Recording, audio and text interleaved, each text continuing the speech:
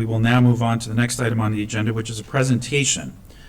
This is regarding youth safety and positive youth development. For context, this council has been very aggressive in ensuring that the safety and security and wellness of our youth remains our highest priority. And I appreciate all the efforts of my colleagues, particularly these last 2.5 years, as we have dealt with the ramifications of the pandemic and all of the unique sets of challenges impacting our children, youth, and families. The development, thanks to Councilmember Novato's leadership with full support of the council, for the addition of wellness centers to all of our schools is a prime example of this council and this county's commitment. Having formally chaired the Positive Youth Development Initiative for 10 of 12 years in the previous administration, I know all too well the very intricate and challenging work that goes in every day between the coordination of not only the agencies we have before us, but also community activists, community-based organizations, faith-based leaders who are working 7 days a week, 24 hours a day to help ensure the wellness of our children and youth. But we have seen a rise in violence. We have seen some alarming, very high-profile cases that we're all very familiar with, which have led to some concern about what the plans are for this summer. And I recall almost 10 years ago now, the summer in which the county actually considered a youth curfew because of the rise in violence that we had seen over a 1-month period. And unfortunately, there feels as though there are some parallels to that time. So we all thought it was important to receive a briefing today, and all of my colleagues are united in our interest in this topic, and so we decided to have this be before the full council. But I do want to thank everybody for your commitment. So we have two presentations that we're going to hear from at least this morning, and then after all the presentations are complete, my colleagues and I will have the opportunity to ask questions. But with that, I will turn it over to Dr. Stoddard and thank him for his leadership in this space as well. Good morning, Council President Alvarez, members of the County Council. Appreciate you having us before you. As you said, Council President, this is an incredibly important topic and one that we've spent a lot of time collectively focused on. What you're going to hear about this morning is actually about a broad partnership. This is, we've got a number of partners that are involved. Some you see at the dais here, others you do not see, but they're out there working. I want to recognize, obviously, Mr. McCarthy is here from the State's Attorney's Office. We have collaboration from a number of community partners, such as the Collaboration Council and others. Community use of public facilities, council staff have been readily involved in some of these initiatives. What we've done is, in the recent weeks, we've established what we're calling the Youth Harm Intervention Team. It's based on the principles that we established the Opioid Intervention Team, and it partners very closely with the Criminal Justice Coordinating Commission to strategically, at a very high level, look at the resources that we have, help with targeting of specific functions and programming, and address the ongoing increase in youth violence and youth harm. What you're going to hear today is not an exhaustive list of all the youth programs. We would be here all day. I want to make that very clear. What you will hear is a lot about programs where we've modified the programs, targeted the programs, increased or enhanced the programs, or created new programs to address the imminent increase. And so just for every program you hear about today, there's 3 or 4 or 5 more that you're not going to hear about that are aimed at our youth in Montgomery County. And finally, what I will say is, before I transition over to talk a little bit about the data, we will continue to work, and we have a number of ideas that are just in their infancy. There is more work that will come. You will hear future updates. There will be more progress that has been made, and there will be more initiatives that are underway. And so this is not an exhaustive list even of the enhancements that we intend to do. There are some things that just aren't quite ready to talk about because we're still working out some details, but as the summer goes along, we'll have additional programs that we're ready to talk about. So with that, the first thing we're going to do is talk a bit about the data that has led to some of our ability to target some of these initiatives in key areas. So I'm going to turn it over to Chief Jones to talk a bit about what the data and what we're seeing. Thank you. Good morning. Good to see you all. I want to really share, which is in the packet, just as a brief overview of what we're seeing as crime of the youth violence throughout the county. And I just want to highlight that it's very disheartening because we've seen an incredible increase in the number of victims as well as the suspects in many of these shootings and in many of our investigations as 2022 has come upon us, and we're mid-year now. And I just want to share some really quick facts with you. So last year, of course, with homicides, in both the victim and the suspect category, particularly under the ages of 21, we have doubled the number of victims and suspects in our current year, half year here, 2022, compared to all of 2021. And so that's very disheartening. As you look at the homicides, you can see there is a map that we've highlighted, particularly with the age groups of the homicides that have occurred throughout the county. And we can see particularly disturbing is an area of Up County that we've had some significant cases. As we go to the non-fatal shootings, and when we say non-fatal, that means those are, we either have what we call contact shootings. That means shootings where we have a victim who's actually been struck by gunfire. And when you have a non-contact, of course, that's someone who has been shot at. And I want to make sure that there's a clear understanding. In some of the shootings that we actually have had issues with the victims themselves who fail to actually cooperate with us as the police by not explaining to us the circumstances in which they were shot, nor will they explain who actually shot them. And that happens whether we see that as a juvenile and we see it as young people. And many of the times what we know, as a matter of fact, this is a matter of them wanting retribution on those who they believe who did shoot at them. And therefore they take justice into their own hands, and therefore we have a string of shootings as a result thereof because of this ongoing battle based upon whatever the root cause or what is the issue behind this conflict. But again, we look at where the numbers are still disturbing, is that we still see too many of our young people being shot. Here in 2022, we've had 10 thus far this year who have been shot 21 years and younger, compared to 20 of last year. Again, our suspects, again, when some of these cases are still open, so we don't know particularly the true number of that as of yet. And then when you look at the non-contact shootings where we have particularly large numbers of contact shootings that occur all throughout the county, again, where we had 122 cases of last year, and currently this year we're already at 67, so we're clearly halfway through as well.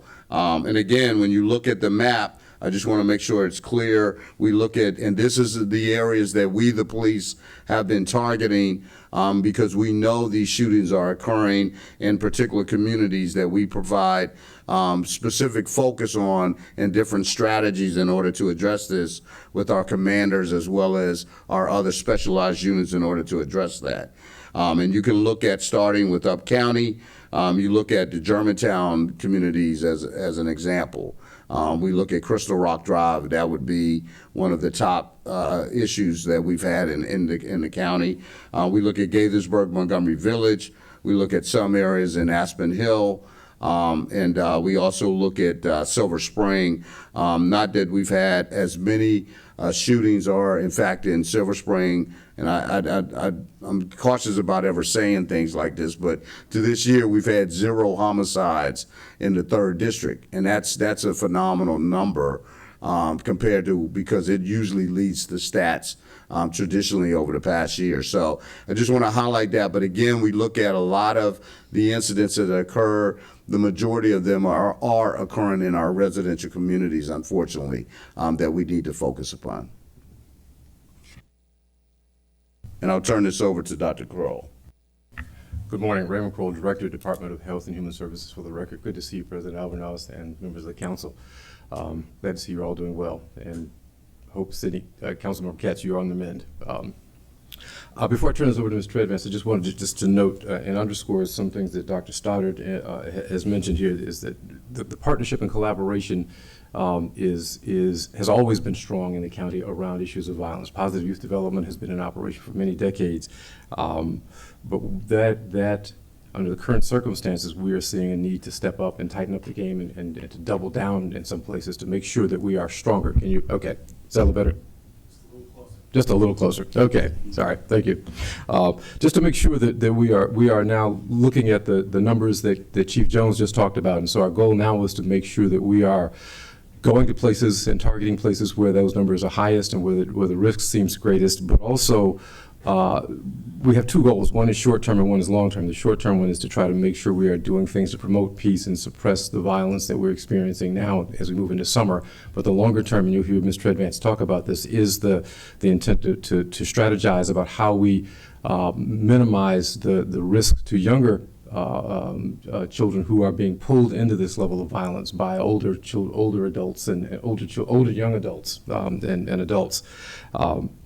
The collaboration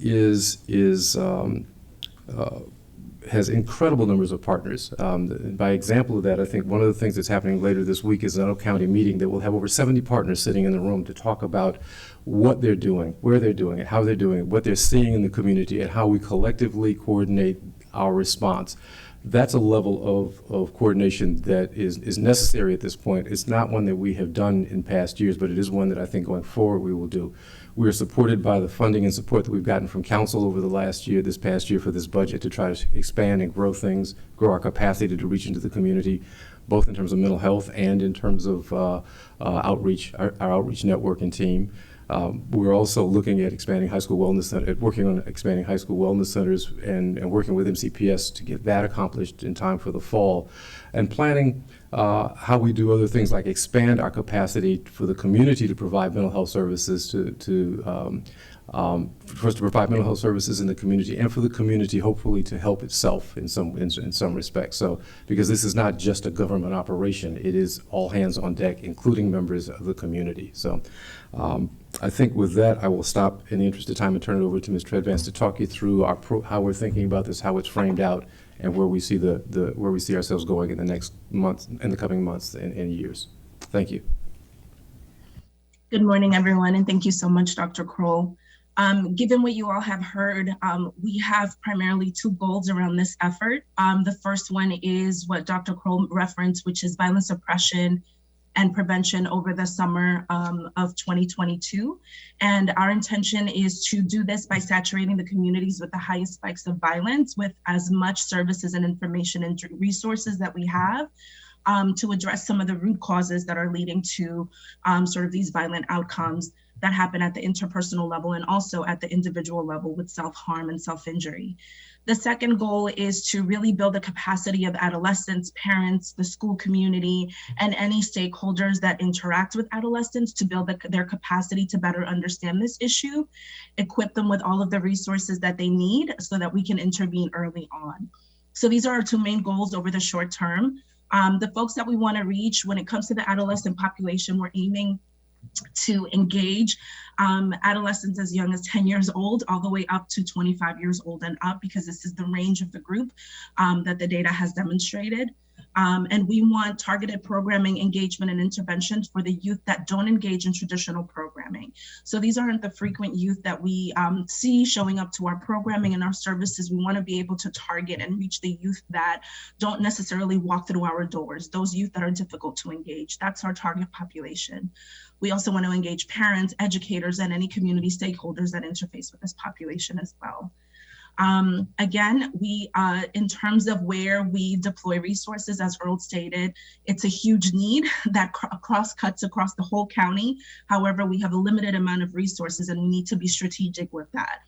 So over the summer, we're going to be focusing on the areas that Chief Jones primarily mentioned that have demonstrated with the data to have the highest needs and have been seeing the highest volumes of violent incidents. So that's Germantown, Montgomery Village, and others that you will see here referenced. Next slide, please. So in terms of action, here's a brief, a snapshot on what we're doing across various buckets, for lack of a better word. So in terms of prevention, we are going to be, sorry, if you could go back. Thank you. So we're going to have targeted redeployment of the street outreach network, which we know it's boots on the ground, engaging youth, and they're going to be redeployed to these targeted communities where they already have a footprint. We're also exploring the idea of embedding a behavioral health staff member to be able to canvas with the street outreach network at least one time a week during the summer to offer behavioral health support and education around overdose prevention as well. In terms of suicide and self-harm, which is one of the other pieces of violence that we have been seeing, we also want to explore the ability of being able to embed behavioral health clinicians to support summer programming services. As we know, the schools are very richly resourced with mental health supports and other resources. However, when the schools are shut down, we want to be able to bring these resources directly where the youth are. And in terms of substance use, we're going to really focus on co-locating resources and supports offered primarily by the Montgomery County Prevention Alliance, so that they can join some of the events that we have planned and also see community education efforts that they might be able to provide. Next slide, please. In terms of youth engagement, we know that engagement in athletic events has proven to be a really, really good tool to engage youth. So we are looking to expand partnerships with local youth nonprofits to increase engagement efforts around sports over the summer. We're looking at lockdown, apologies, there's a bit of a typo there, lockdown events, which are these overnight, late night sports events that convenes a whole host of youth across all ages to be able to engage them, their families, the surrounding community. We know that those have proven to be very effective in the past. And we're also exploring the idea of creating youth outreach groups. Which is groups comprised of actual adolescents where we hire them, give them some sort of stipend or some sort of compensation. And they're the ones going out, having conversations with other youth, engaging them into resources and bringing them into some of our programming. There's also the youth community mental health training, which is being offered by Identity. We're exploring the idea of bringing in adolescent voices into that training program, offering the youth who participate, who are able to share their story, offering them some sort of stipend for their participation, and then also seeing if they could complete the whole certificate program to educate them on behavioral health issues and mitigation strategies. We're also exploring partnerships and programming with entities serving girls to increase offerings for adolescent girls, which tends to be a huge gap that we've noticed throughout this exercise. There's a lot of events, a lot of things, a lot of great programming, but very few that focuses really on targeting adolescent girls, which we most definitely cannot forget.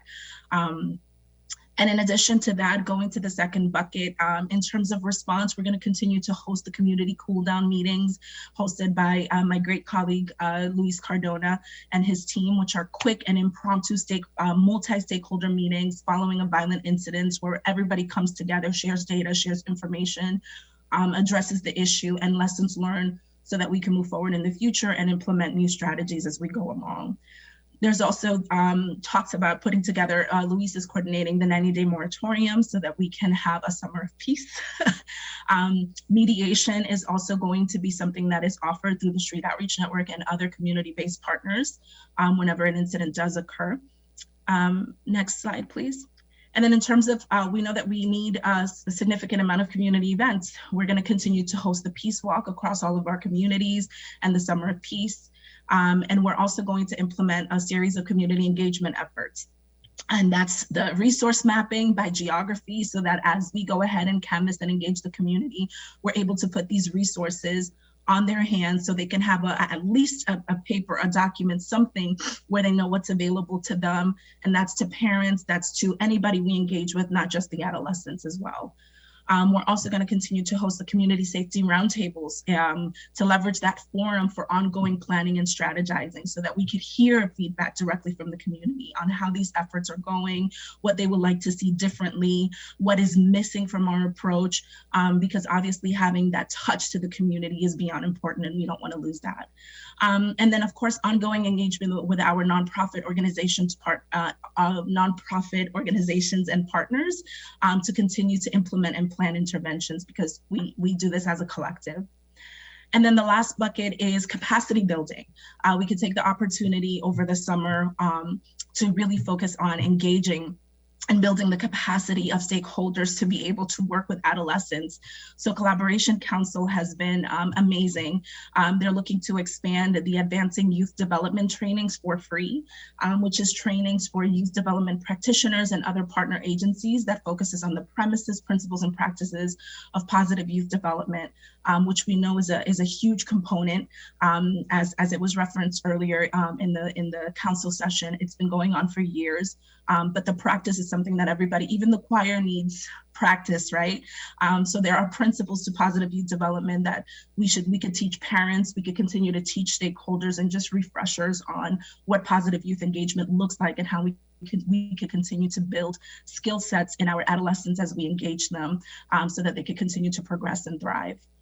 And then the last piece is evaluation. Oftentimes in moments of rush and crisis, we tend to forget about evaluation and we have to fly the plane as we're building it. But here we have an opportunity that early on we could think about an evaluative component to see if these short-term strategies were able to be effective in reducing some of the violent outcomes, which we can cross-check with data from the prior years. And just also get feedback, both qualitative and quantitative data, which are critically important for us to know, especially if we're building this strategy over the long term. We have an opportunity to really be able to assess what we've done throughout this summer and see where we can continue to build over the long term. And then just some additional highlights. This is a bit more of a deeper dive on that piece that I referenced earlier about the Street Outreach Network. Again, they're going to be redeployed to the Up County. They've been engaging youth there for quite some time now, so that effort is going to continue. They're going to be also engaging gangs and creating different activities to be able to engage them. That's boxing, youth summer camps, and series of outings and field trips. I do want to reference that the engagement of Street Outreach Network is not just for gangs, but this is also going to be one component that they're going to be focusing on over the summer as well. And then safe space programming is also going to continue to meet with youth in Montgomery Village and Germantown area on Saturdays, on Saturday afternoons and evenings in the Gaithersburg Library. And after July 1, these meetings will be expanded to meet youth on Fridays as well. And that's it for me. That's on my end. Thank you so much. And I'll pass it over to my colleagues in recreation. Thank you, dear. Robin Riley with Director for Montgomery County Recreation. Thank you for the opportunity. Hope everyone's well today. I think for the Recreation Department, we connect very clearly with a lot of our partner agencies here at the table and some of our nonprofits. Quick snapshot about some of the things that we're doing. We make sure that we're looking at a continuum of services. So elementary, middle, and high school, creating bridges to each of those programs so kids, young people in our community stay connected and have a pathway to each one of those programs. Some examples of that we continue to do year-round as well as this summer is a youth employment program, TeenWorks. We try to engage 175 youth to give them meaningful employment opportunities, but also give them all of the fundamental core principles of employment that they need to be successful beyond our employment. Many of them stay engaged with us, become camp counselors, camp directors, and we have a young man, proudly, I'm very proud of him, graduating from the Fire Academy this coming Friday, who was a student that came to us as a TeenWorks employee. William Flores is just an amazing young man. Other programs that we do are Soccer for Change. Councilmember Navarro was key in helping us implement that program. It's been tremendously successful, not just for young people, but helping us engage with community partners, Street Outreach Network, Identity Impact, many others, keeping young people and girls engaged. We have a large youth program now for young women to participate. That program has grown from, I think initially we had 6 young ladies, and I think we have 6 teams now. So it's awesome to see. That program also teaches young people not just soccer skills and giving them a meaningful experience around athletics, but they also have to do a community service project as part of their component, as well as attend school. That program continues throughout the summer to keep young people engaged and connected to us. The other program that we're sort of pivoting on this summer because of summer school is our mobile rec program. It's a summer camp where young people, both elementary and middle, can go to go to school in the morning from 8 to 1, and then we pick them up and we're there on site at the school. They don't even have to leave from 1 to 6 p.m. so that they're getting academic enrichment as well as a little bit of fun and nutrition, as well as creating meaningful relationships with caring adults. For us, we also this year will be expanding to rec zones in the fall, and we hope to partner with the Wellness Center at some of the up-county schools to really make connections there and expand our programming. I think that's kind of it for us. I mean, we obviously have the whole continuum from elementary to middle to high school year-round, and we expand that program during the summer months as well. And I think I'll throw it back to Dira to close out. Actually, it's me. You get Sonia Mora, Assistant Chief Administrative Officer. So pleasure to be here with you. I wanted to very briefly talk about the next steps that we're going to have in this process. But first of all, as you can see, there's been a significant amount of work that has been done in the past couple of months or 6 weeks. One piece that I don't think we have mentioned is that we have established a leadership steering committee that is comprised of the major departments that you see represented here down the road. Also, we will be including MCPS that will be part of this effort. So at this time, part of what we will be doing is finalizing the resource inventory. We talked about doing the asset mapping. Several organizations have been participating and providing information about the programs that they have, the locations where these programs are being held, and the target populations that they're serving. The other thing is to continue to convene partners at all different levels. We talk about the leadership level. We are talking about community-based organizations. We're talking about other stakeholders. I know that my colleague Greg Wims, in collaboration with HHS, has been having community conversations already. So this is a really important part of the effort, is really to bring the community to own, identify problems, and also seek solutions and participate in all the implementation pieces that we're going to have. That is absolutely important. So we will be continuing to doing more coordination and integration, because as you can see, there's tremendous number of programs that were not even mentioned here, but it's going to be important to coordinate so that we can maximize our resources and avoid duplication of these. We will probably need new resources, and we will be coming to you to talk about what additional resources are going to be needed. So that's part of the effort. And obviously, we will continue to monitor progress. With the long-term planning, which should be starting pretty soon. Although we're delivering programming at this point, we need to start thinking about long-term programming, and that's going to start. And there are some ideas that we have that will include expansion of youth employment, looking at other models across the country that could do this, expanding the reach to middle school, not just high schools, but middle school. And we already talked about beginning to work with children at a younger age, 10 and above. Obviously working more with girls, because we cannot forget that girls are being affected by this situation. And then very importantly, continue to do community building, engagement, and mentoring. So I hope that this summary that we have provided today will be useful, and then we'll be ready for questions from you all. Thank you so much. I'm sorry. Oh, I'm sorry. I didn't realize MCPS is here. I apologize. Good morning. Thank you for having us here from MCPS, this opportunity. My name is Damon Monteleone. I'm currently Assistant Chief of Teaching, Learning, and Schools. I have with me here Mr. Everett Davis, Acting Associate Superintendent, Student Family Support and Engagement. I just want to say that the work that we've done to partner with county agencies, HHS, in addition to Montgomery County Police, has been strong, has been fruitful over the past years. As we've encountered continuous struggles. As we transition into this fiscal year, I'm really excited about the opportunities that we have in place currently as we speak with the Up-County Summer of Peace 2022 Crisis Intervention framework, as well as the Street Outreach Network's Germantown Stop the Violence Peace Walk, and the Up-County Anti-Gun Violence Multi-Agency and Community Action Work Group. So we are actively engaged with folks from many offices in the county as of this moment.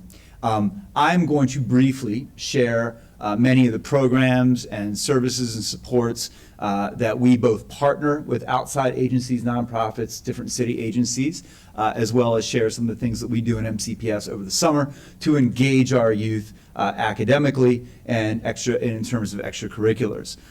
So this will be very brief because, as was said earlier, I could be here all day speaking in detail. So first wanted to start off with our out-of-school time partnerships. MCPS is engaged with Arts on the Block. It's running a 6-week program, specifically in the eastern part of the county at Banneker and Eastern Middle School. We are also partnering with Montgomery Maryland Soccerplex, which is providing $200,000 in scholarships for low-income students to engage with their services and programs over the summer. In addition to that, we have the Black Rock Center for the Arts, providing free and low-cost opportunities for our students. And then finally, with Montgomery County Parks and Recs at our Title I schools, providing the afternoon camps. So we're really excited about that. In partnership with the city of Gaithersburg, we are hosting programs with the city of Gaithersburg at Lakelands Park, Thurgood Marshall, Field Roads Elementary School, and with the city of Rockville at Bell, Meadow Hall, College Gardens, and Lakewood Elementary Schools. MCPS continues to engage our student leaders from across the district, hundreds of students in our student leadership activities. We have multiple events, including leadership nights and academies throughout the summer. And each of our 25 high schools has open training programs in preparation for the fall season with all of their student athletes that are run at the school site level. We're happy to continue to be able to provide free school lunches. There will be free meals that will be served at approximately 175 sites throughout the county every day. That began yesterday. All children 18 and younger, as well as persons with physical and mental disabilities, up to 21 years old, are eligible to receive these free meals. And walk-ins are available and open. So we really want to continue to be able to provide these basic services, these necessary service supports to the entire community. As we have in the past, we are running summer school. We have both a central summer school and local school programs. We have 34,295 students engaged in summer programs. These are running in morning and afternoon sessions. Some are in person at the local schools, some are virtual, and some are hybrid. With 17,316 elementary, English language learners, 7,851, 5,347 middle school students, 3,461 high school local students in high school local programs, and over 7,500 students in our central MCPS program. We're excited to continue the Summer Rise programs. This is a partnership with businesses, government agencies, higher education institutions, and nonprofit organizations across the district and across the county. Our juniors and seniors rising participate in career-based learning opportunities, internships. They get hands-on learning opportunities, engagement for the workforce, 50 hours of in-person, virtual, or combined experiences. We have 719 students in this program, 30% of whom are farm students who receive subsidized meals. We have 32% of the students are African American, 33% are Asian American, 16% Hispanic, 14% are white students. So we're really excited about continuing these partnerships with our agencies, grounding our students in the services that we provide each summer, and also very, very excited about the opportunity to engage at a strategic level with Earl Stoddard and his team in the events and the meetings and plannings that we have coming in the next several days. So with that, I'm going to hand it over to Mr. Davis to talk about crisis intervention support in the summer. So thank you.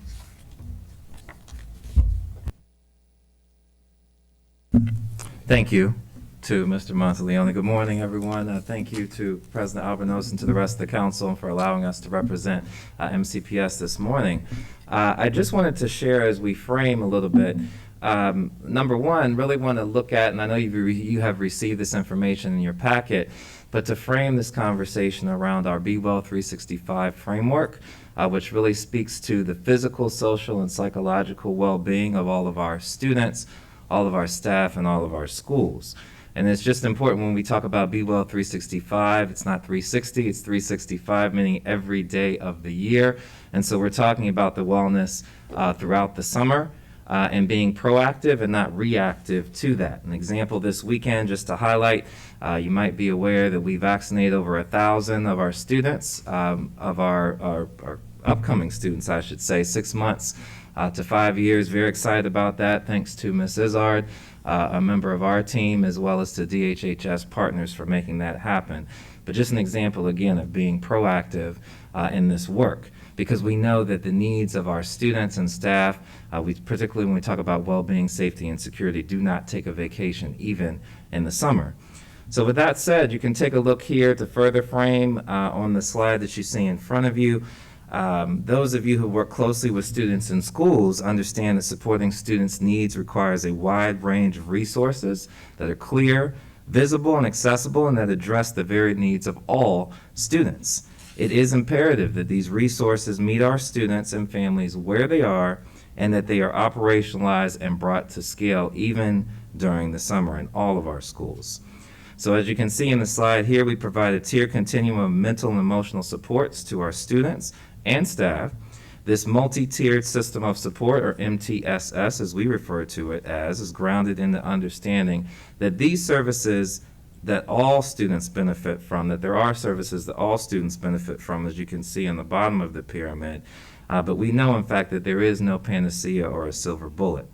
It's a differentiated pyramid, as you can see, starting with the Tier 1 at the bottom, essentials, universal essentials for all, Tier 2, targeted essentials, and Tier 3, intensive supports.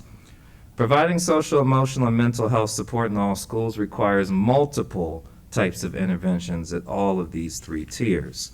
Having supports at all 3 tiers provides a comprehensive system of support that all students need. So for example, in our Tier 1 supports, you heard me mention the Be Well 365 Essentials. Those are there, as the name implies, provided supports to all of our students. In Tier 2, we're talking about supports that are aimed at 5 to 10% of our student population, and they're targeted for the additional needs and resources such as group counseling, working with our psychologists, social workers, and our school counselors who are available, and I'll speak about that in a little bit more, but are available 12-month, including during the summer.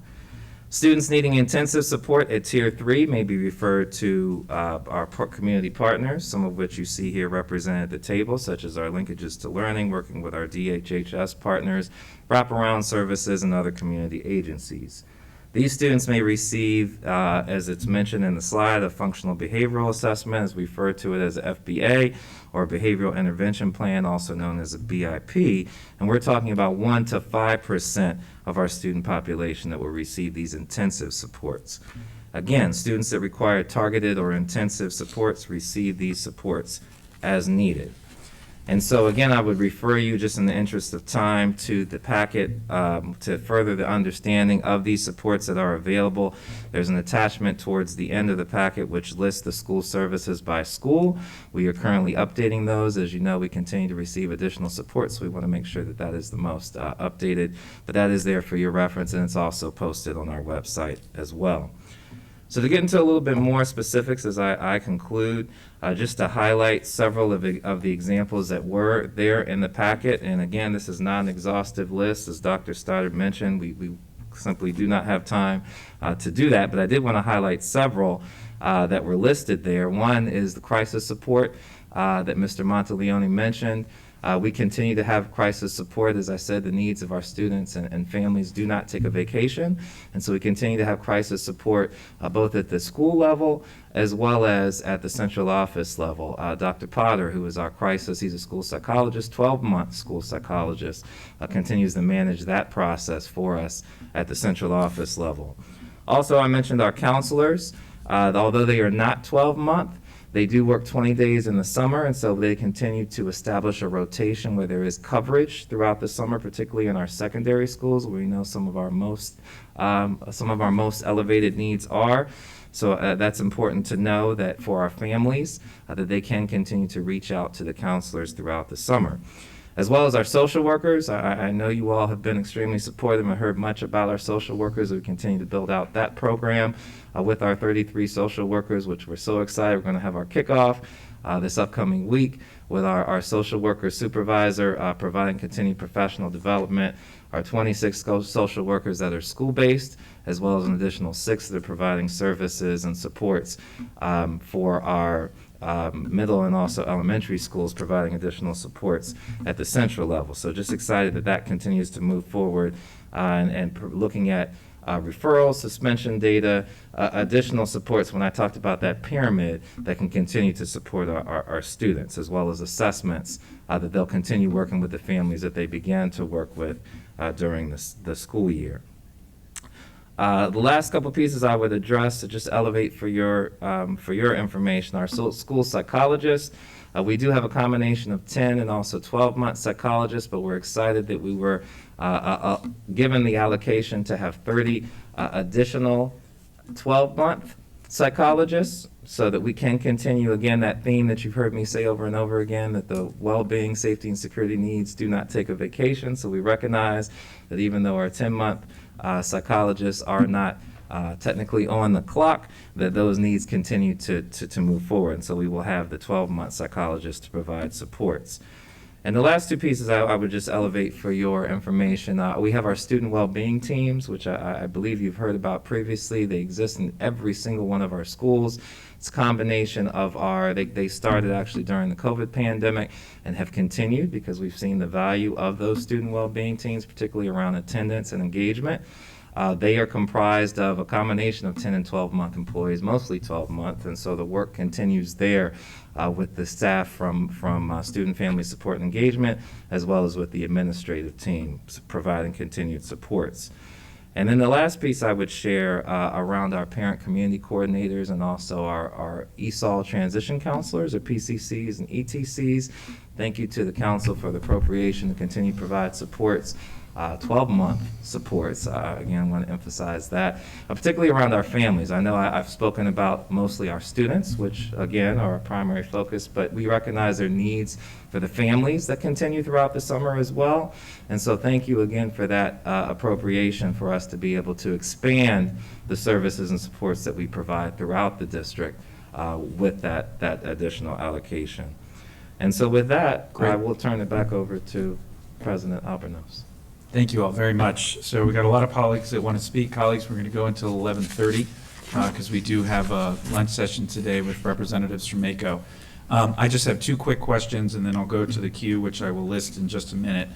But one of the new phenomena that we're seeing is a lot of the violence is being posted online immediately after some of these incidences are occurring, which then creates a ripple effect of fear and keeps this unfortunate, terrible incidents going.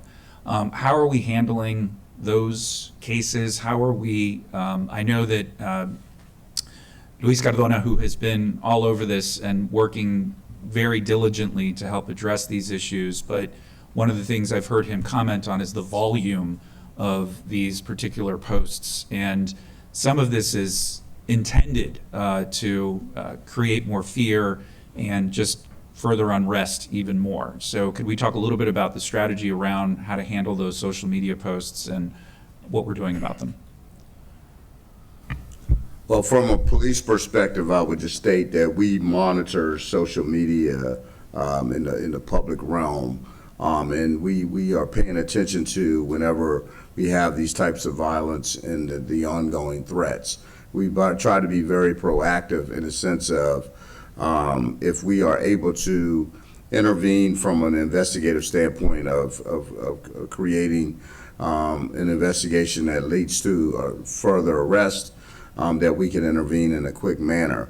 Not always a given, depending upon who the players are, who the individuals are, who we have to clearly identify.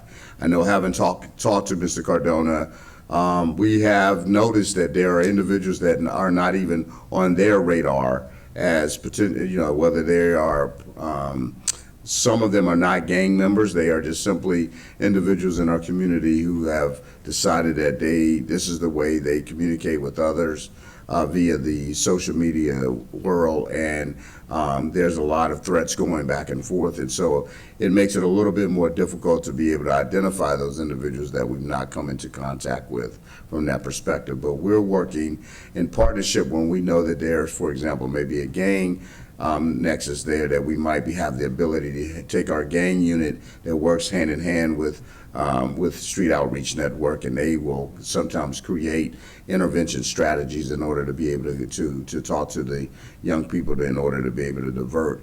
I think there's one success story where one of the Street Outreach Network workers that I spoke to, Toriano Cross, gave me a great example of a success where an individual, actually a young man, turned a handgun in to him, who basically didn't want to be involved in sort of the environment anymore. So that's the strategy that hopefully we can continue to have some success stories such as that. Thank you. So, Councilmember, it's a good question. I think the challenge for us has been, obviously, when we know where there's an issue that is going on, we can respond to that. The problem is the spread, and just it makes it a little difficult to go upstream to try to do more prevention and promotion work than as opposed to responding to events. But one of the things that I know the team is doing is working on the conflict resolution issues, but the other piece is to identify younger kids who might be in the outer sphere of this and try to see what we can do to intervene with them in the community as well. Summer of Peace and Cooldown are Cooldown opportunities, are places where the Street Outreach Network can intervene with the community and try to dial it down to prevent retribution or retaliatory actions in the community. Thank you, I appreciate that. Just last thought for now, and then we'll go into the queue, is, and this is a comment, not, I know we have to follow up on this, but while we have done, I think, a good job of trying to bring back a lot of the programs and support services that we had to postpone during the pandemic, I think the hours of operation at recreation facilities in particular is an opportunity that we need to go back to have them operate more often, 7 days a week, later into the evenings. I know the competition for space for programs is always very challenging, particularly in the summer, but I think that we need more safe places for youth to be able to go as close to their neighborhoods as possible, where they know there will be a caring adult, where they know, and parents know, that there will be some degree of, not necessarily a formal program, but just having a safe place for folks to go, I think, has value in it as well. So absolutely something we have to work through. All right, we got a lot of colleagues that want to speak. Colleagues, again, we're going to try to wrap this up by 11:30. And if necessary, continue the conversation at a later date. But I've got Councilmember Rice, followed by Councilmember Jawando, then Councilmember Navarro, then Councilmember Katz, then Councilmember Reamer, and then Councilmember Friedson. Councilmember Rice. Thank you very much, Mr. President, and thank you all for your great work. There is no surprise that we have great things that are heading into this summer. I just have one question, and it's kind of a loaded one, because we know that typically we're going to reach those same community members and those same families as we typically do. My concern is, and the Council President and I were talking about this with our Director of Recreation, there are so many outside community programs that have actually shut down because they can't find the staff members to actually provide those types of programs. So we're actually seeing less programming outside of county government than we typically would, which means there will be more reliance upon us to be able to give and support our community with these positive youth development opportunities. On top of that, we have always had a challenge with reaching those folks who are not necessarily always amenable to the types of positive youth development programming that we want folks to take advantage of. So it's a two-parter. One, are we prepared to handle additional reliance upon us for these programs, at both the school level, recreation level, across the board? And then, how are we doing outreach to those families who need to be more convinced that this is an option for their child, something that they should be a part of, versus just having the information out there and hoping that they'll avail themselves of these great programs?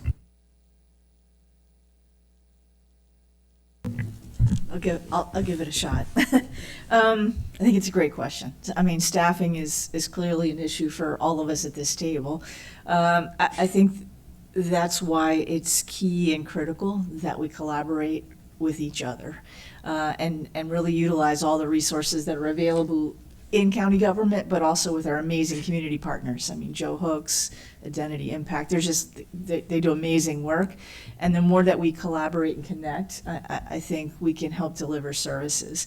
I think the other thing, I think parent engagement is a key element. I think we, as a department, probably need to do a much better job of connecting with families. And we've started that process with our after-school programs, doing a lot around parent engagement. But I think I heard it up here before, we have to find them where they are.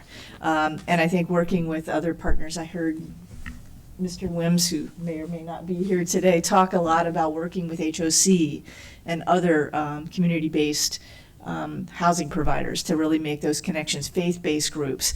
Good or bad, the pandemic has really helped us make connections that we might not otherwise have done. Great meetings with Cheers and others in the Long Branch community, really about finding ways to leverage all of our resources. That would be my answer.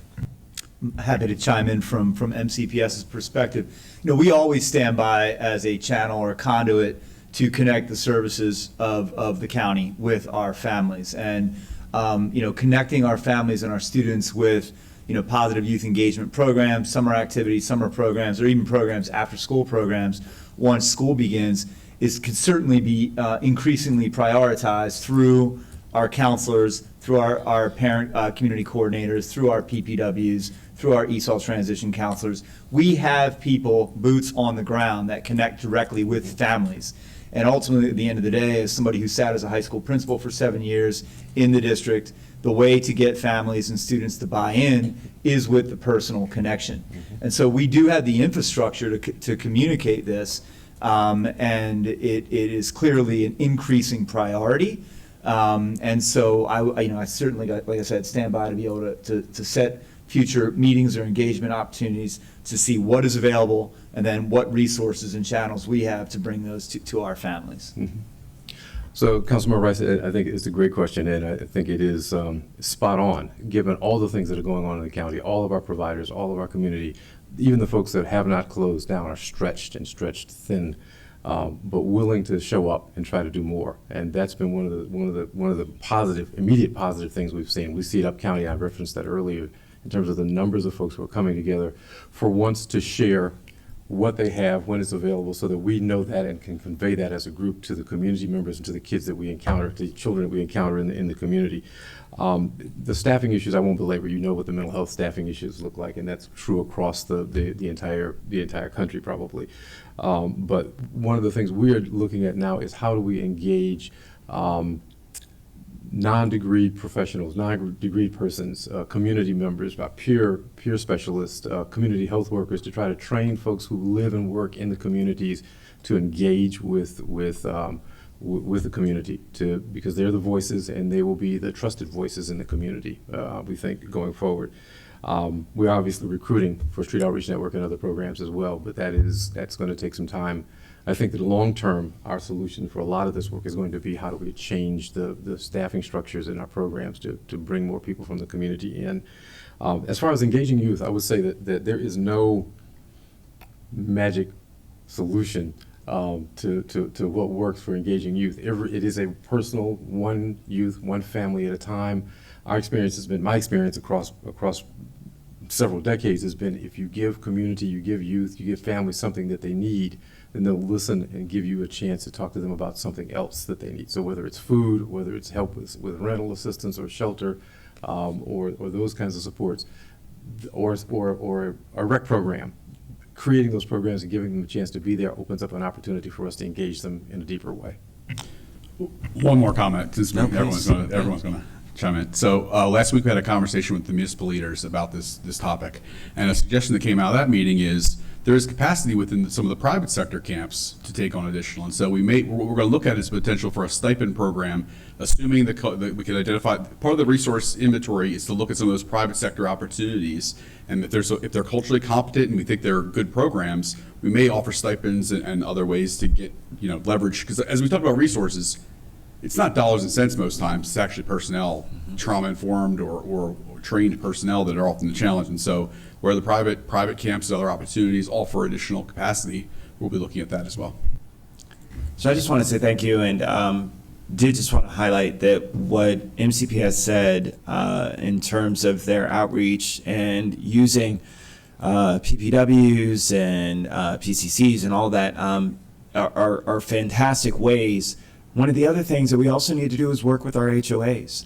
There's always the assumption that because it's a community that's more impoverished, that's more minority-based, that folks aren't interacting and engaging. In fact, it's the exact opposite. I know that Mr. Wims knows this all too well with Germantown Park Estates. I know that Dr. Kroll, you know this as well, and Chief, you know this. That's been an active HOA, and they're the conduit. Same thing with what happened over at Plumgar, in the Plumgar area. And those folks are engaged and they want to see things happen. And so I encourage us to utilize those resources as well to make sure. And I know that Street Outreach is doing some of that work. And I know that Mr. Cardona couldn't be here today, but just wanted to exalt some of the great work that's happening there too.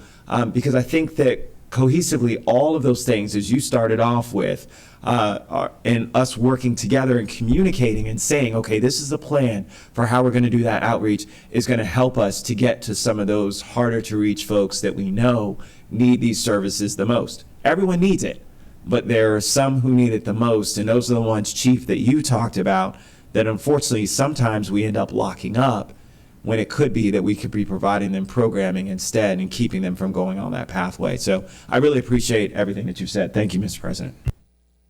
Thank you, Ms. Mora. I think you were going to say something. Yeah, thank you. It is critical to know how to engage the youth, but it's even more important that they stay in the programs. Mm-hmm. So I think that some of the programs that we have need to be adapted to make sure that they fit the needs of this particular population, particularly those that are at highest risk. So I think that's going to be an additional piece that we're going to have to do. Thank you. Councilmember Joando. Thank you, Mr. President. Thank you. Good morning, everybody. I appreciate everyone being here and all your work and that's gone into this. Really, really important conversation, and we all have a role, obviously, and that's represented with this great group. Chief, I appreciate your update and obviously some disturbing trends in the increase of violence, particularly shootings. It's concentrated, right? As you described, in certain areas. And you mentioned that some of the victims are not communicating, right, with you and with your officers and saying what happened. And is that, would you say, and I'm not holding you to a hard and fast number here, but is that half of them, 75, like, is it a couple? Is that happen? How often is that happening? I mean, I wouldn't say it happens often, but it happens, enough that's still troubling, right? That when you have someone who's been shot at, who does not provide you with basic information of facts and circumstances. Whether the individuals show up, sometimes they show up at our hospitals. Right. Sometimes we find them in the location in which the event occurred. So I wouldn't put a hard number on it, but it's clearly not half. It's not, I wouldn't even say it's a quarter, okay. But it's still enough that says that, when particularly if they're in areas where we've had issues before, right, it makes it harder for us as we try to really resolve these issues and try to be more proactive and prevent future incidents, versus really finding out who did that current incident. Yeah. And of the ones that you highlighted this year, how are we doing on like closure rates of finding out in light of what you just said? How are we doing as far as solving? Yeah, we're starting to have some really positive. We're starting to be able to track with the evidence that we're recovering on scenes with shell casings, We've interacted with the NIBR system, which is a system where you actually put your shell casings in and there's gun matches. But again, I think I've stated this before the council before, where we are finding that even in some of these incidents of gun violence, we're finding that they're not all Montgomery County centered. Right. They are regionally centered. But where we've had some success is tying cases to other jurisdictions and identifying individuals involved in those crimes where we have had some success. So when we look at sort of the closure rate, I probably would say we're probably in a 20 percentile, which is not great. But again, it all comes to, really all cases coming together. First, does the victim identify who's the shooter? And if that's not the case, then that's a lot of work for detectives to follow up on, chasing the evidence. I appreciate that, and I'm glad you mentioned the regional point. I hosted a regional meeting with Council Chair Hawkins and Councilmember White, and this is one of the things we talked about, is like, how do all of our agencies, Right. police, HHS, recreation, schools, come around and collaborate in a real meaningful way and share data. I know there's privacy concerns, but this is too important we have to find a way to work together around those things, employment, so that, because you said people are going in and out. My life, we all lived in different places at different point. You're searching affordable housing, you're trying to get the best school, all the reasons. And we have to have a better way to coordinate cross-system, not only tracking, the actual violent criminals, but also how do we provide the supports. And I started there because the communication and the identification, I'm so glad Councilman Rice brought this up, like, of who folks are that are most at risk. We did a report, this is, 7, 8 years ago now, I think it was a community group on the disconnected youth in our community and who they were, and it was thousands of young people. This is this group of 16 to 24 that are not employed, not in school, that are most at risk for some of the behavior we've talked about based on the numbers. And there was a number identified, and I think there was, and we had talked about some strategies, and it kind of, fizzled and moved around, and things happened, and I think it's something we need to pick up again to really focus, because that is a really prime population. And some of the suggestions, for example, the Street Outreach Network, and I'm sorry Mr. Cardona couldn't be here, but I know HHS is represented well. That's something we need to have clear metrics and goals for, but massively increase the number of people, and we made some progress on that. But I think the folks that can get into the community, hired, that may have a record, that are not, that are going to know have these relationships in communities where we're seeing this hotbed of violence, we need to invest in that. I think we need to have more summer youth employment. We talked about Teamworks, it's 175. We have to get that number up. We have to get the Summer Rise number up. We talked about earlier this week, I think in I can't remember, they're all coming together, but my colleagues and I have talked about how do we have different types of programs, right? Summer Rise is more kind of career employment based, but how do we also just have employment based, like whatever the job is, to get thousands of our students a job that pays, teaches them that they show up on time, all those things. DC does something like this where they're doing 15 to 20,000 students a summer. We're bigger than them, and we're doing a fraction of that. We have to, we're not going to get there this summer, but that's one of my goals, I think, is that we can ramp that up. The mediation and cooldown events, I think, are really important, again, to identifying who these folks are. And then the sports. And this is specifically for you, all the sports folks, for you, Robin. I think we need to convene a group of all the people who are involved in summer sports in all the programs. We know these folks, and talk to them about, because what I find, and this was certainly me growing up, there's one or two kids that are there that are connected to the kids that we need to get, that know them. They might not be in the sports program, but they know them. Like I knew them, right? The ones that are at risk. But how do we have that, like a roundtable with all those folks, so they can talk and share in a free space? It's not to catch people, but just to know how we can support. And they might hear of things that are about to happen, and so that we can intervene in advance. I just think and I think, Sonia, you mentioned this, like this collaboration group that's together. I think that should be a part of it, like particularly because you think about how do you get these young people who are most at risk. And I'm gonna let you go. I know I'm rambling here, but I'm gonna let you go. But I think that's one real big avenue to get some of these folks. So some suggestions and ideas. We could talk about this all day. I'm very passionate about it, as are all of our colleagues. But I'll go ahead, Dr. Kroll, and let you guys respond, and then I'll pass it back to the president. So just a quick thing, one of our colleagues, Elijah Wheeler, couldn't be with us today from Collaboration Council, but I'd be remiss if I didn't point out that one of the things that came out of the disconnected youth work was the Collaboration Council doing work to engage and outreach to the community, to that youth, those youth that you mentioned that are not in school and not working, and sometimes on the verge of being homeless and couch surfing from friend to friend. Yeah, and the homeless center is a great example of and that. They just cut the ribbon on that last week, I believe. The other piece of this is that PYD also does an incredible amount of work around positive youth development, training, and education across the community. So there's a resource out there that is doing that kind of work. When you talk about outcomes, one of the challenges from my perspective is we have a street outreach network that does an incredible amount of incredible work doing safety and doing work with folks. I think the challenge for us as a county and as a department is to figure out how do we go upstream and decrease the number of folks number of young people that are falling into the trap of gang violence, et cetera.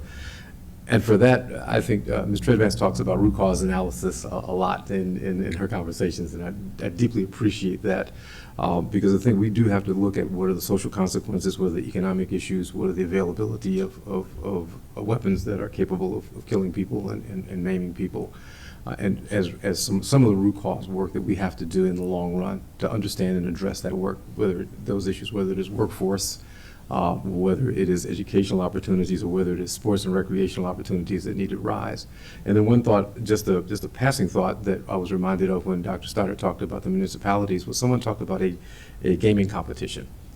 For us, and for me, it was an opportunity to think differently about what it is that young people are engaged in. They're not all playing basketball or soccer, or swimming, but some of them might be interested in doing some of that work. So we've got to talk with the youth about what it is that will engage them and do some of that for them going forward.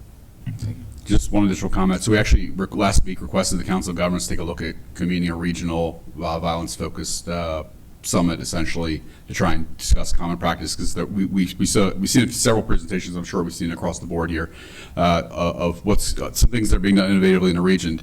I'll also note we had a presentation from folks out in San Francisco who are doing some really innovative stuff on how to coordinate service delivery to identify at youth risk. So they coordinate between their school system and their health and human service delivery to flag rapid increases in absenteeism, for example, as a precursor, saying we need to intervene in this young person's life now because they're showing signs that may be alarming for a potential, maybe something's happening at home, or maybe they're contemplating something else that you can intervene before there's a violent act or they're the victim of violence. And so there's some interesting coordinated approaches that have been done in San Francisco around flagging for intervention, not necessarily for law enforcement intervention, for health and human service intervention, young people who may be at risk for violence. So there's some interesting things. We have actually talked about doing a regional trip at the National Capital Region, doing a regional trip out to San Francisco to try and learn more about some of these programs, because obviously we need to learn what we can about what's being successful across the country. Yeah, I'm glad you brought that up. Please keep me posted. The last thing I'll say is that I was with a young man over the weekend, 16 years old. His mom had pulled him out of Gaithersburg High School and put him in a boarding school because she was concerned about who he was being exposed to. And he's really into football, and he's going back this year as a junior. And they're really concerned. They were like, can you help us connect him to programs and services so that he doesn't, she's the mom of 4 boys, so that he doesn't get involved. And I talked to him about brothers. I talked about a whole bunch of stuff. We're going to get him linked up.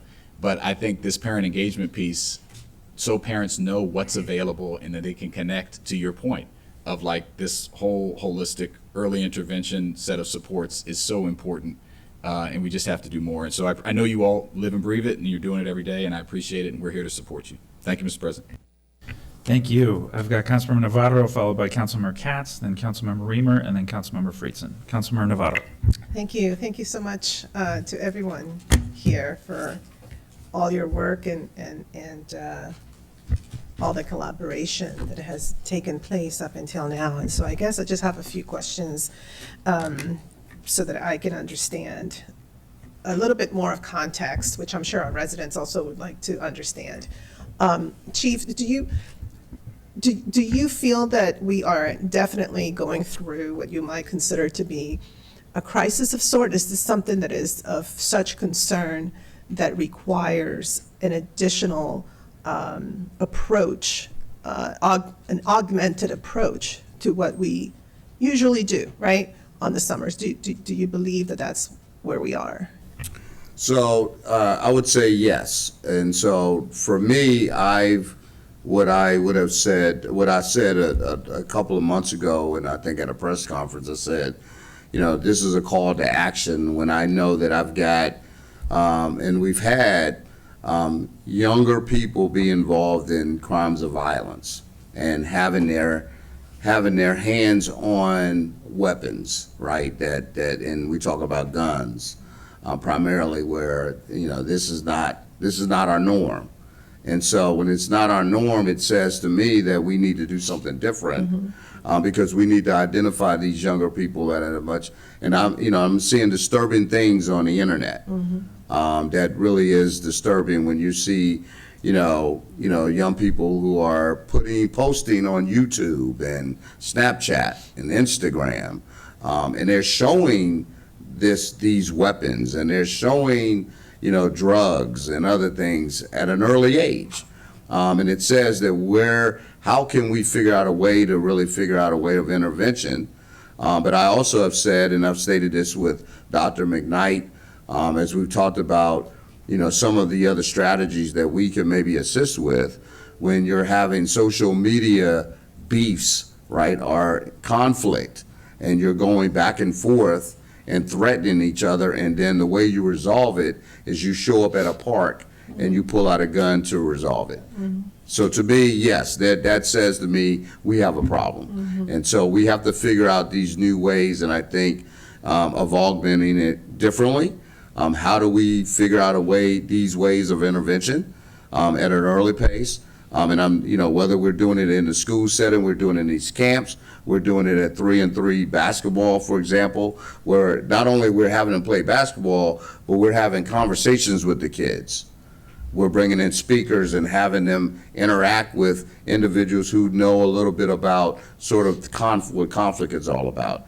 These are the things I think that we have to really broaden our horizon, right, and really focus on that, because I think it is a call to action. And so do you believe that this is, and I think I know the answer to this, right? So yes, there is some concern because of the summer months. Right. But this is just not something that is going to happen, or that because we've been tracking this, right? And a lot of it, I think, has been exacerbated by what we just went through in terms of this pandemic. So we've been tracking all of this, right? And so that's why I'm curious about the presentation today and the conversation, right? As I'm leading the council, and I've been preaching forever the need for us to identify those models that really do work, and commit to scaling them up, because it is wonderful to say that we have, I don't know, with our girls' sport, that we had, for example, an increase, up to 16, girls, but we know that just doesn't even touch the universe, which is, I guess, the other question. Do we have a sense, has anybody really thought about, like, okay, what is the universe here, right? Because if we're going to work backwards, what knowing what we know geographically where this is happening, we know there's a trend, it's been a sustained trend, and we know roughly the population, right? And I'm just not talking about students, I'm also talking about parents, because we do need to do this very intense, parental engagement that has to be culturally appropriate and all that. Do we have a sense of the universe, and how do we then, after we identify that, how do we fit that into the particular interventions and programs that we have been discussing today? Because when I hear everything, I've heard this before, right? So I'm thinking, oh, this is like the baseline things that we do. So where are we augmenting? And when are we going to, for example, acknowledge who we are in the circumstances? I'm glad that you're looking at San Francisco, right? We need to understand that there are best practices elsewhere. But I keep hearing about summer employment for these youth, right? Youth summer employment as being really, really critical. But we haven't scaled that up. The type of parental engagement, given some of the circumstances in the community, I'm not sure we have scaled that up. Street Outreach Network, obviously, this is just something that I have felt very strongly about forever since I joined the county council, because I really feel that we keep talking about them as if it's just about gang intervention, but this is beyond. You don't have to be a gang-involved kid or about to be involved to connect with one of these, youth workers the Street Outreach Network has figured out how to do. So I guess my question is, do we have a sense of the universe, after this summer? Is there a plan to augment in a sustainable way, in a scalable way, these best practices versus, we have a baseline approach and then we're in a crisis, but where is the scalability? Because if not, I feel like we're literally just kind of setting ourselves up for, the usual situation. And I'll be honest, I am very concerned because this time is different than any other time. Been in office since 2004, but it's different because the pandemic has come to do certain things. There is an absolute crisis at the border right now. Just reading in San Antonio, they just found a tractor, a trailer with like 46 dead people. And so there's a confluence of issues that we're facing.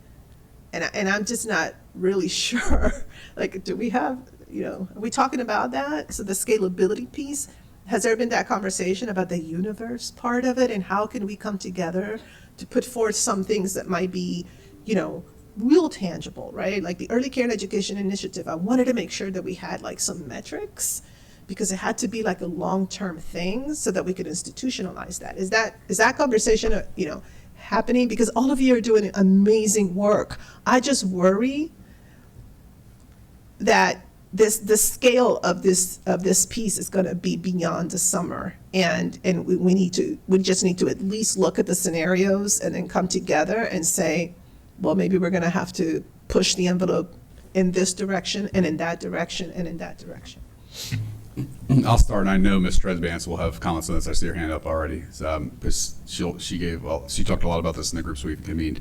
So obviously what we talked a lot about today are the short term, meaning this summer we're focused on expanding some programming, some access, targeting in particular neighborhoods. But longer term, there is absolutely a conversation we have to have about expanding resources and better targeting those resources. So what we talked about with Councilmember Jawando is, not only is it more resources, but it's making sure that the right kids end up in the resources that we provide. Because if we provide more resources and the right kids don't end up there, then we've missed the point. And so part of the work that we are engaged in over the summer, even as we do these short-term activities, is around how do we identify the most at-risk individuals in our community and give them priority and preference for all the programs, and make sure that they have access to them, and also figuring out in each individual case through a case management approach, what is the bridge to get that young person engaged in the programs? Who do we need to outreach to them to get them involved? So absolutely, we are committed to a conversation, not even a conversation, we're committed to expanding resources, and we're committed to prioritizing the resources even as we expand them for those young people who are most at risk. That is absolutely a big part of this, and I think that we're absolutely committed to that conversation, even as we do these short-term things to address this specific summer. We know that it's a whole host of conversations that have to continue through this summer and or into the fall, and be ready for more and better programming as we move forward. I think Ms. Tresvance also has comments. First and foremost, thank you so much, Councilmember Navarro. This is what I will miss, not having you on the council. You always have a fantastic Google snapshot view of the situation. But to that point, it's exactly what Earl said. It's getting a clear definition of who the youth we are trying to engage with, right? And these are systemically disenfranchised youth that are difficult to engage due to systemic inequities that puppeteer their behavior, right? So this is why we included an evaluative component, so that we could see, are these interventions even working? And when I say, are they working, meaning that we're getting the youth that we intended to reach, and not just claiming success because we had a handful of youth, but did we get the right youth in the room?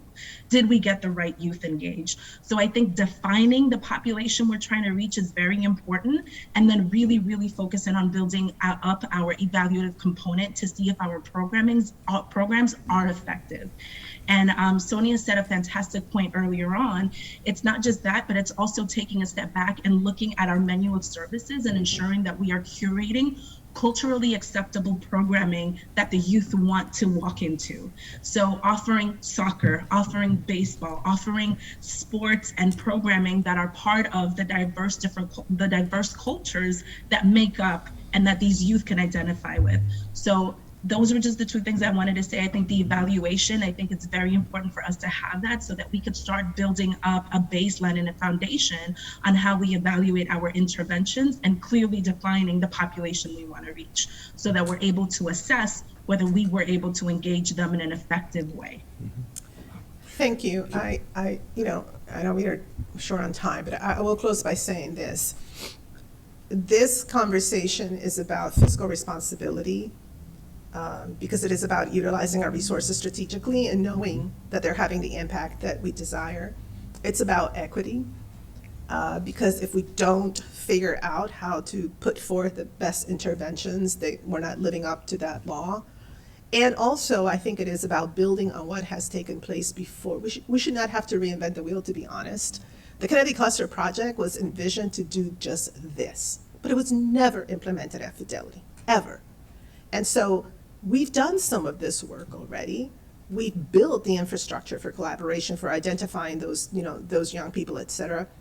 Let's just dust off some of the things that we have done and bring it up to today's, 2022, and strengthen that, right? Because there's already been a culture of collaboration that has been created. Not ideal, but that work has started. I think that's going to be really important because no doubt the resources will start to be really stressed because of a lot of conversation about the economy. But we have a lot already in place that we can leverage to address this because the need is definitely going to grow, and it is a great concern. Mm-hmm. So, Councilwoman Navarro, yes. Thank you for that question, and thank you for your continued presence over the years. Mr. Evans is right, you're going to be missed. When you talk about the sense of the universe around this and the scale of this, I'm almost don't know quite where to start. On one hand, it is the entire school age population of children, as you saw in terms of universal interventions, but there are really targeted areas in the community where we see things that are really, really heightened. But we also did, and I don't think it was in the deck today, but a summary of risk factors that contribute. And I think Mr. Advance has in a larger presentation a summary of an analysis of risk factors, whether it is poverty, racism, systemic abuse, bullying, suicidality. All those things factor in, and we have a sense of that. We have a sense of who's disconnected and how many folks are disconnected. So we have some ballpark sense of that. The interventions for us then have to be about how do we go upstream so that we're not just working from crisis to crisis all the time. The way we're unfortunately working towards this summer is trying to figure out how do we get on top of, get caught up. But we have an opportunity to go ahead and do some work by pulling together the folks that you mentioned that have been doing this work for a very long time, and thinking about how we use them differently. And to Ms. Mora's point, figuring out how we make sure that we are funding and supporting things that are actually effective and changing the numbers of kids who are engaged in violent activities across the county. thank you. The geographic designation doesn't seem to change much. Back when I was a member of the Board of Education and the focus and non-focus school geographic areas were identified, that is still pretty much the case. And we saw it during the pandemic in terms of the zip codes. We've seen it in so many equity emphasis areas. It is that particular geographic area that you guys, I'm sure, are working with. So at least we have that data. We have that. Yeah. One of the things that has always amazed me across my career is that you can put people, 20 people, 100 people in those geographic areas, and 80 of them will be fine. 10 of them will thrive, Yeah. and then there's a small percentage that are in trouble and challenged, and we're going to be struggling with. And the challenge for us now is to understand how you distinguish and figure out how do we stop any of that 80% from sliding over into those other percentages, And then how do we figure out what are the signals that indicate that we need to reach out and engage with someone and before they become disconnected or disenfranchised with society? Absolutely. Thank you so much. Thank you. We have Councilmember Katz, followed by Councilmember Reamer, then Councilmember Friedson. Thank you very much, Mr. President. And I know we are short on time, and I will try to keep my conversation short. And I wish I could be there in person, but for those of you interested, I'm feeling just fine. But I wanted to, as an abundance of caution, wait one more week before I actually came back to the council in person. First off, thank everyone who's been involved in this topic, and it's truly a concerning topic. And this is something that I would like to have more time to discuss it today. But as I say, I won't. But I know that this is going to take every resource that we have in Montgomery County to get ourselves to a better place. And it starts with mental health concerns, as all of you have mentioned. It's comforting to know that each of you is there in the variety of forms that you're there, and as well as our nonprofit community. You mentioned the Street Outreach Network, and I know that they save lives. I personally have seen Identity save lives, and this goes back years ago when Diego called me one night, and he knew and when I was mayor, and he knew to connect the city of Gaithersburg with resources so that he actually saved a life. I mean, I know that he directly saved a life that night. And so it takes someone who knows the community, who knows each person who's being involved in the community, to keep them involved so that we can get to that better place. And we're going to need short-term solutions on this as well as long-term. I'll go back to the city of Gaithersburg for 1 second, and I'll try my best to stop when talking about them. But years ago, when drugs really were on the rise, not to say that they're not now, but when they really were on the rise, and in some cases, our young people were emulating people who were to be so cool that they were being involved in drugs. The city went and we went to our private private sector, and we said, look, we want to do something that's very bold. We went into every elementary, every middle, and every high school in Gaithersburg. It was the county schools, obviously, but the ones that were in Gaithersburg.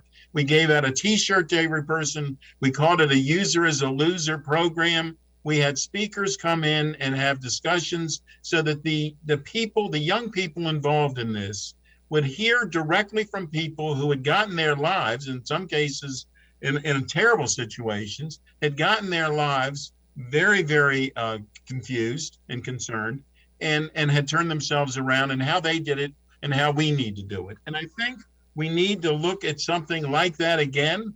Obviously, that's long-term. We had better success when we started in elementary schools, and I think that's what we need to do. We need to connect and to do that. And I go back to when Councilmember Rice and Up County Regional Director Wims and I were in Germantown for the rally to protect our neighborhoods. The parents were involved, students were involved, the public was involved, and the police were involved. It was a combination of everyone saying to work together so that we can get ourselves to that better situation.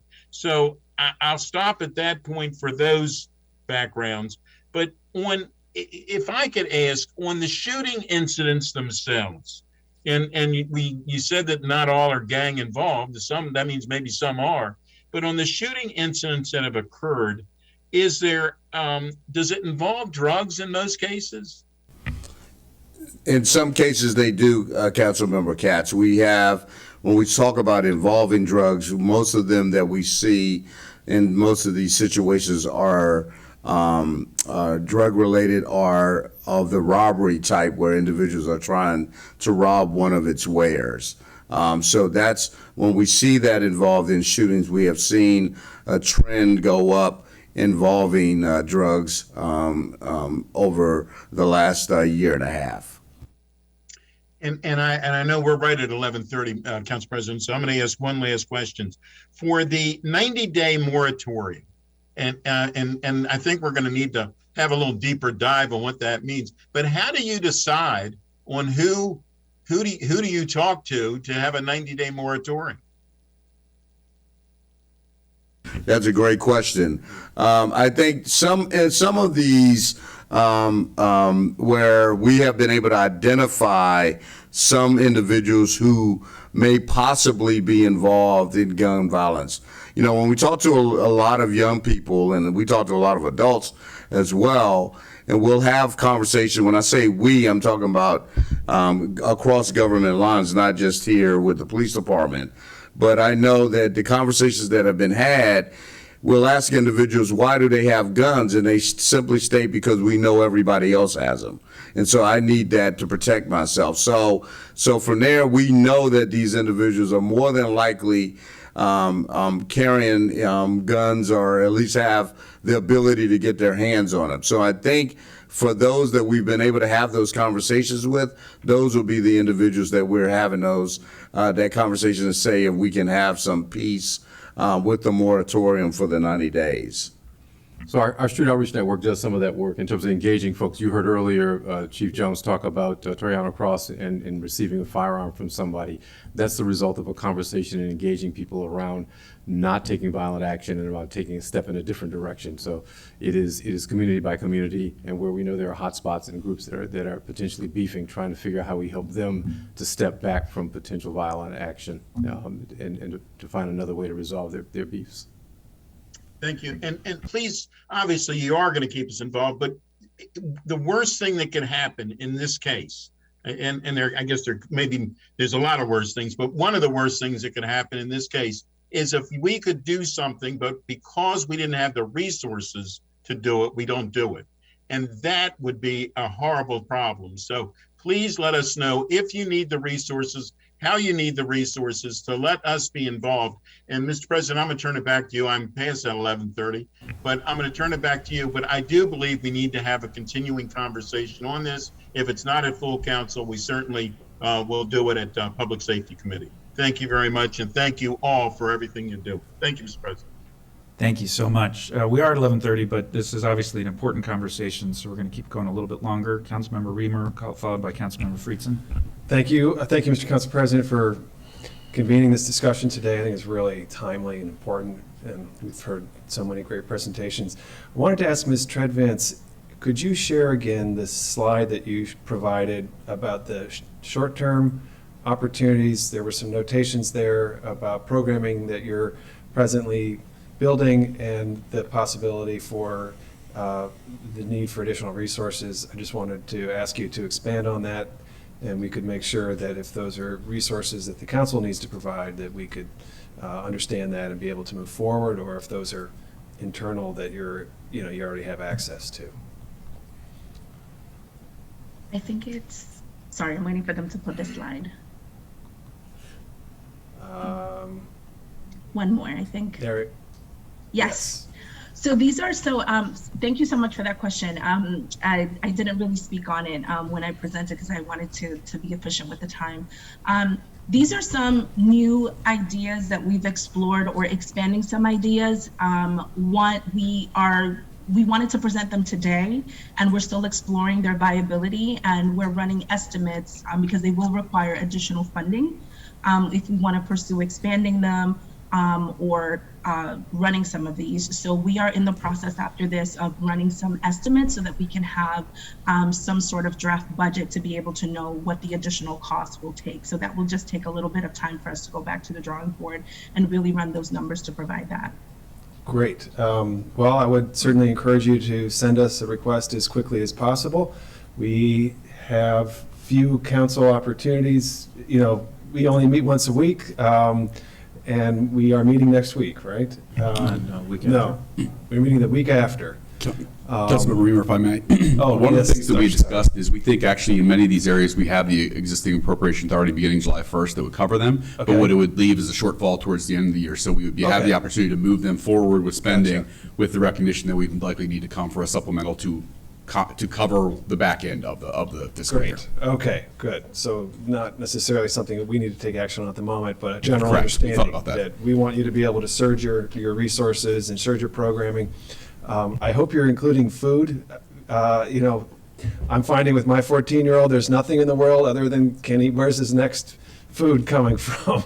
So, you know, that'll bring kids in. Like, let them come for some pizza and some soda. You know, it doesn't always have to be so structured. So thank you for what you're doing. Really appreciate it. We have to surge this now. We are in a crisis, and it's time for us to do everything we've got. Thank you. Thank you. Councilmember Friedson. Well, thank you. I appreciate the conversation and all the work that has gone into this. There's obviously a lot happening, but we are, as was just stated, we're in a crisis with our kids. And it is a crisis that follows a crisis. And, it's, current traumatic stress followed by, or built upon post-traumatic stress, and it's only going to get worse. And it's only going to build from here. And so these interventions are critical, and they're going to continue to be critical. I don't think they're going anywhere. I think these challenges are going to get a lot worse before they get a lot better.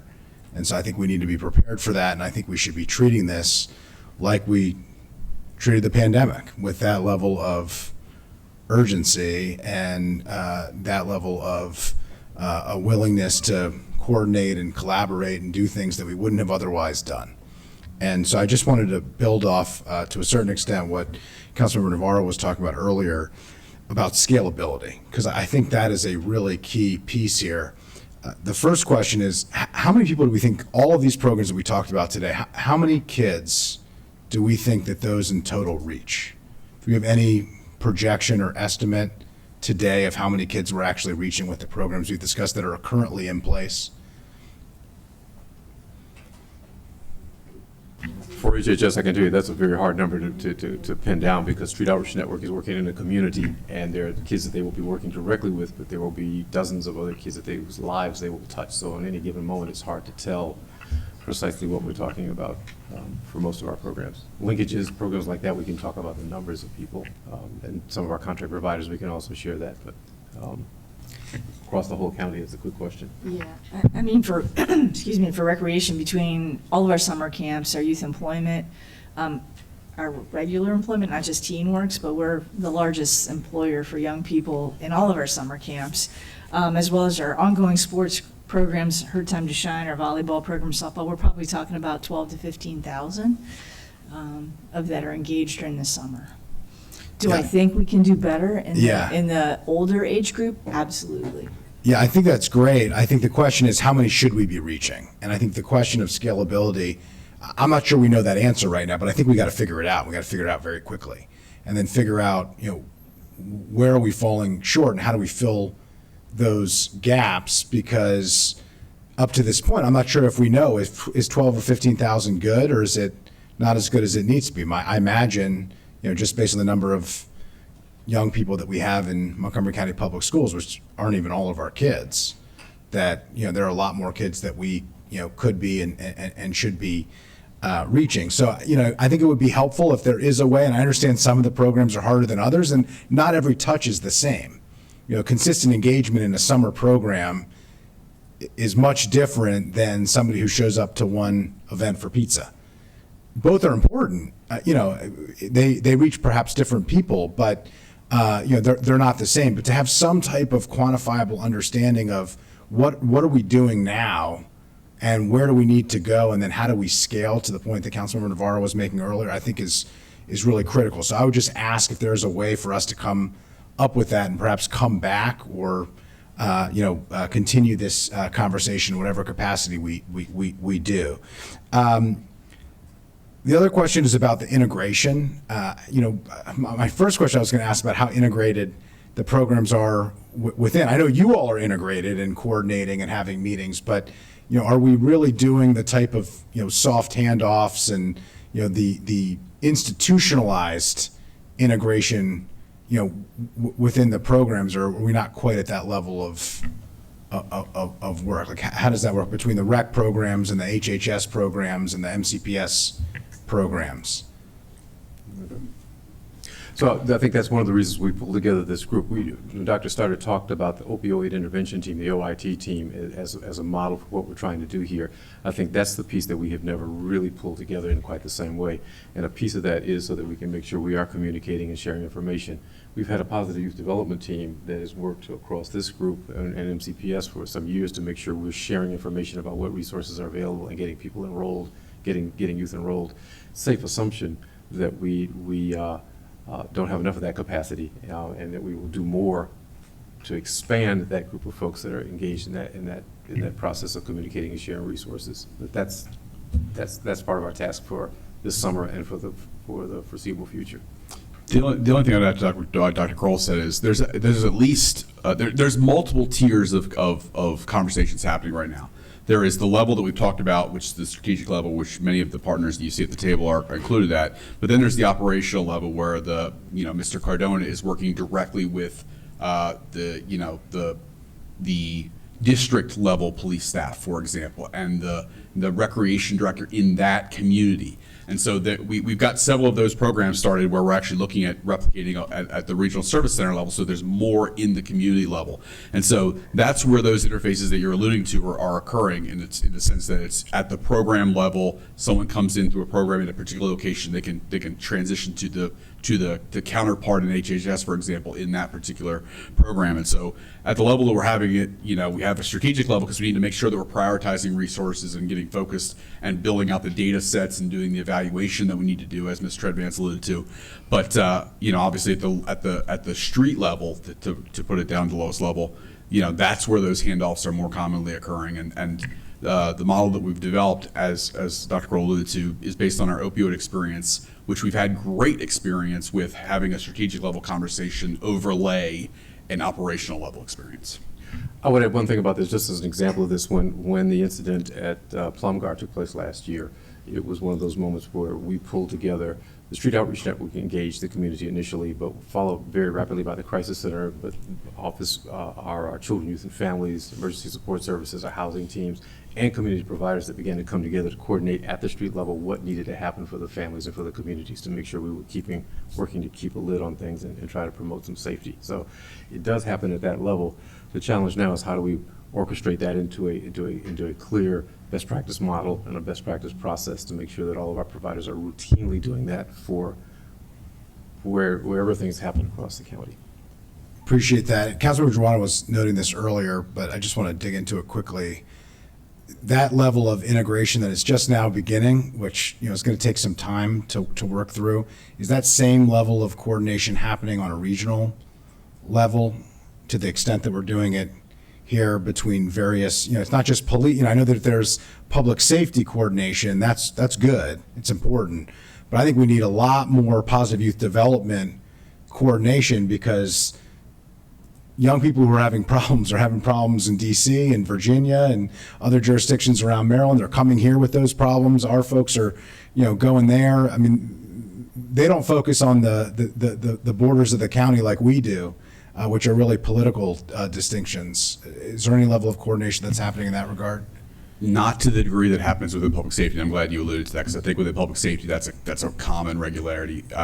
But when I talked to COG last week and we suggested they bring together a violence summit, it was specifically focused on the health and human service related activities, even more so than the public safety. Although the public safety and HHS need to be integrated in delivery anyway, and so it is not occurring at the regional level to the same extent. Now, our partnerships, for example, with the district may be better than our partnerships with Loudoun County, for example, just because we have more common interface with them. But that doesn't mean they shouldn't be as effective with Loudoun County or Prince George's County or even Fairfax, given that, as you said, it's not just borders, it's the regionality of the National Capital Region. So you just have to look at the incidents and you can see that yes, it is not exclusive to Montgomery County. Correct. Young people who are caught up in these issues, and oftentimes there's multiple individuals who are involved and they're all from different places. So that level of coordination, I think, is really important. If we can really implore COG to lead that effort, and we have several of our colleagues who are very actively involved in that, I think would be helpful. Okay, I just want to pivot to the budget question that we talked about before. I appreciate that you think you have the wherewithal within the budget, and that's good. It gives you some flexibility over the summer. I would hope that you would proactively keep us informed of what your plans are so that we don't get caught by surprise later in the year of something that had already happened. But I think it's helpful to have that flexibility to be able to move forward. But I hope that we can have that proactive, informing of the council, given our budget authority, just to make sure that we are here ready to help and deploy resources if needed. We have several people here who are formerly in the positive youth development space. You have, Council President and I are both chair of the Collaboration Council. I mean, everybody here is committed to these issues. So I just wanted to note that. Ms. Gal, Ms. McGuire, and Ms. Farag are invited to our youth harm intervention team meetings, and so they will be in the conversations as we are having them, and certainly, as we look at the budgetary implications longer term, they will be privy to them, and we will make sure that you're well aware of, even as we're beginning programs that will have additional cost impacts, we'll make sure to inform the council. Appreciate that. I hope staff will keep us informed. Appreciate that. And I'll just note to the scalability comments we were talking about earlier, those budget decisions have to be made now. And so I'm hoping, I think some of this, even the ARPA funding that we talked about earlier that I had suggested really, I think more appropriately should have been part of the operating budget. We've got to start including this in the operating budget now from the conversations that you're having today about next year and next summer of really scaling this up. So I hope that is part of the question. Okay, last piece on MCPS. The wellness centers is really what you have focused on, which seems to be kind of the center of many of these issues, which is great. And I appreciate the leadership of Councilmember Navarro and this council really stepping up to provide resources to scale. I've been following that a little bit. It seems that there's one contractor that's going to be hired to build out these facilities. So I just want to make sure I'm understanding that correctly. And then understanding if there's only one contractor, how quickly can we move forward to do these types of expansions of the facilities? And in the absence of facilities, or as we're awaiting those facilities, how do you foresee the wellness centers being used to coordinate some of these efforts with and through the schools?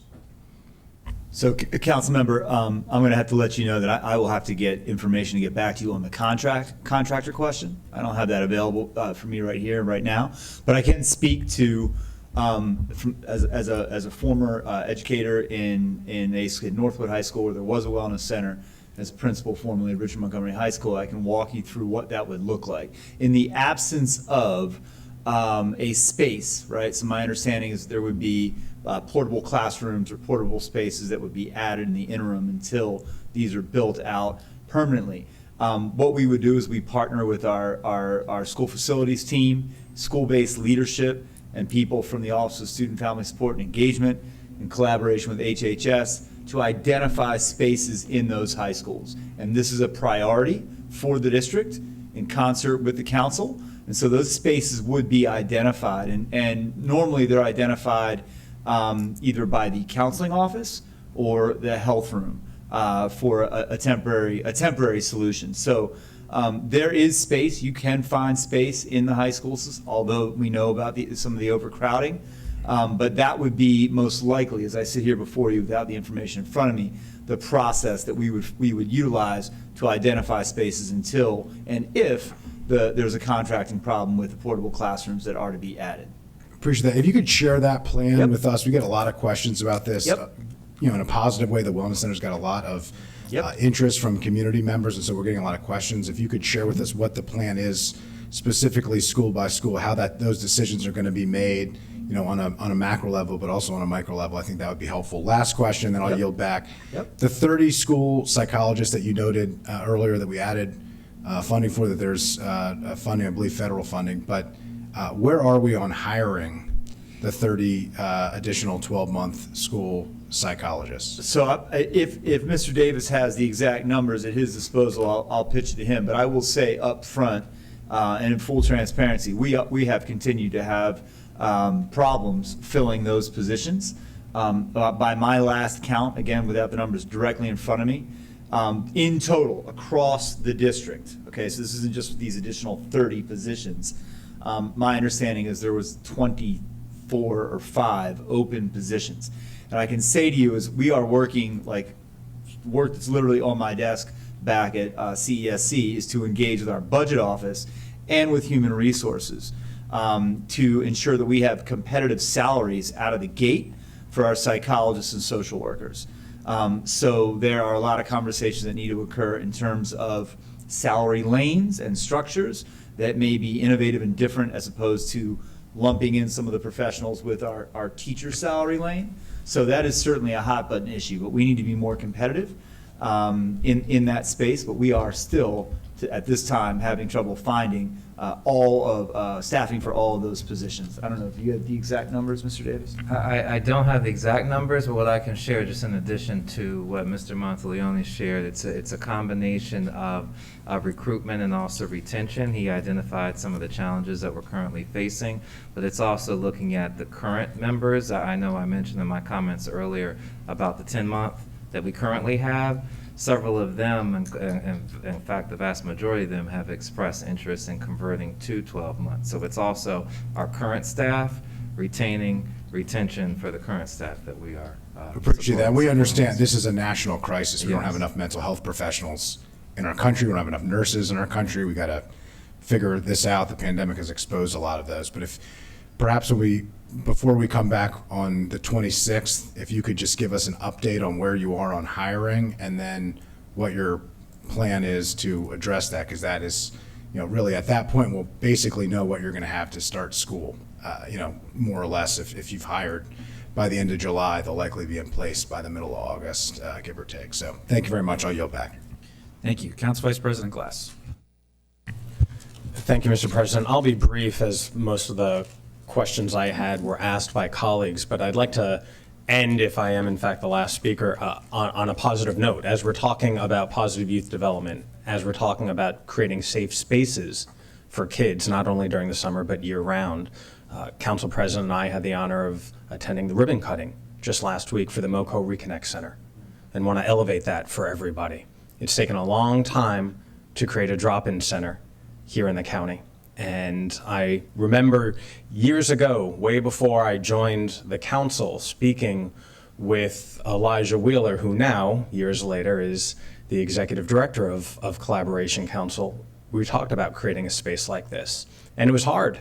It was hard for them to find space. It was hard for them to get a landlord to agree to rent out space for individuals of various backgrounds, and providing services that landlords might not otherwise want in their facilities. But we persevered, and this space is an incredible place in downtown Wheaton. And I share that not only so that more people are aware of it, and that we can spread the word about the programs and services that that facility and that partnership provides for young people aged 16 to 24, but it is a sign that we just have to continue working harder to provide these services, and that we have to work within county government, outside county government, and quite possibly with the philanthropic community, wherever we need to go to make our kids feel safe and welcome, we have to do. And the fact that it took 6 years to create one facility in downtown Wheaton shows us how much more work we have to do to create spaces across the entire county to keep everybody and their families healthy and safe. So very good conversation, much more conversation to be had, much more work to be done, but we have to do it for all of our kids. Thank you. Thank you, colleagues. This is going to be part of an ongoing discussion throughout the year because this is so critical, and so this was intended to be an update on what's happening this summer, which obviously and importantly is connected to the services that we will be providing year-round. Just to put a finer point on this, I just did a search in my email box here, and there have been over 15 reported cases of, at some point or another, children between the ages of 10 and 17 that have been reported missing. And those numbers are on the rise and connected to what we are seeing. That, coupled with this gun culture that is seeming to permeate and becoming an increasing problem across the board, is just stark. And so this will need to be the priority that it obviously has been based on this presentation. And I'll end with this thought as well.